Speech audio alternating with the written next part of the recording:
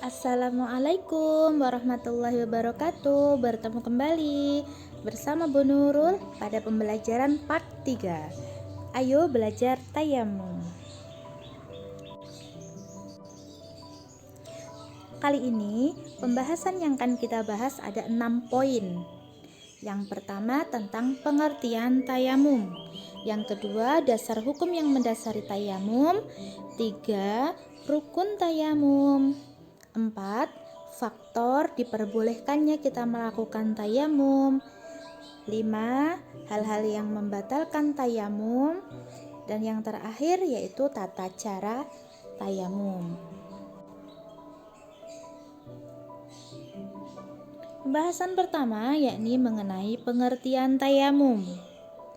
Secara bahasa, tayamum berarti al-qasdu, yang artinya menyengaja menuju sesuatu atau memaksudkan sesuatu.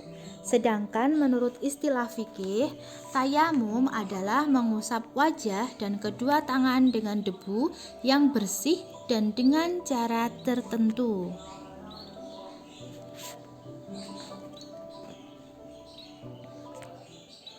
Dasar hukum tayamum dapat kita baca pada surat Al-Maidah ayat 6 yang artinya, "Dan jika kamu junub, maka mandilah. Dan jika kamu sakit atau dalam perjalanan atau kembali dari tempat buang air atau menyentuh perempuan, lalu kamu tidak memperoleh air, maka bertayamumlah dengan tanah yang baik atau bersih. Sapulah mukamu dan tanganmu dengan tanah itu."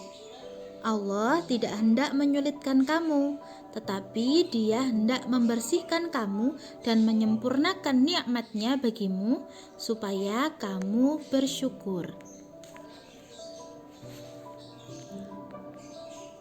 Rukun tayamum dibagi menjadi 4. Pertama, niat. Niat tayamum yaitu niat menghilangkan hadas dan hendaknya mengerjakannya. Niat tayamum sebagai berikut: nawaitut tayamuma listibahatis sholah fardhu lillahi ta'ala. Setiap hendak mengerjakan sholat, ketika kita tayamum, maka kita harus melaksanakan niat dan tayamum kembali baru mengerjakan sholat. Yang kedua, mengusap muka dengan tanah atau debu. 3. Mengusap kedua tangan sampai ke siku dengan tanah. 4. Tertib, yaitu artinya berurutan dari niat sampai dengan mengusap kedua tangan sampai siku.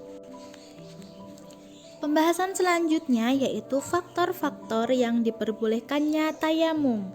1. Ketika tidak ada air. Kita sudah berusaha untuk mencari air, ternyata kita tidak menemukan air, maka kita diperbolehkan tayamum.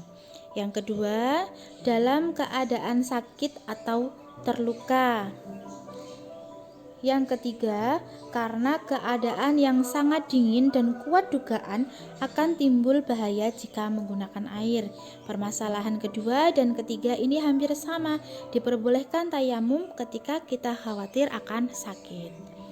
Selanjutnya yaitu hal-hal yang membatalkan tayamum. 1. Semua yang membatalkan wudhu juga membatalkan tayamum. Jika kalian lupa, kalian bisa kembali ke part 2 untuk membaca. Yang kedua, ada air.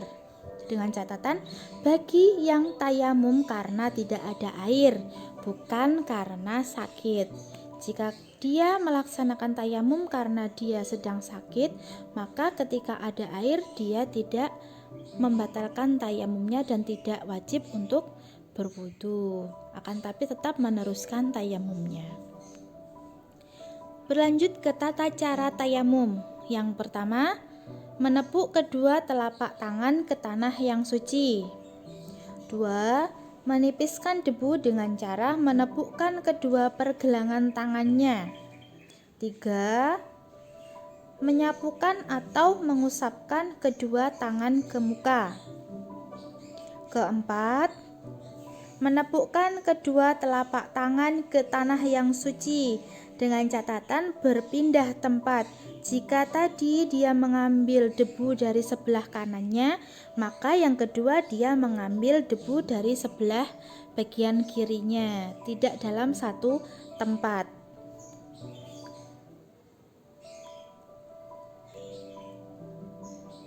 Yang kelima, yaitu menipiskan debu dengan cara menepukkan kedua pergelangan tangan seperti cara nomor 2 tadi.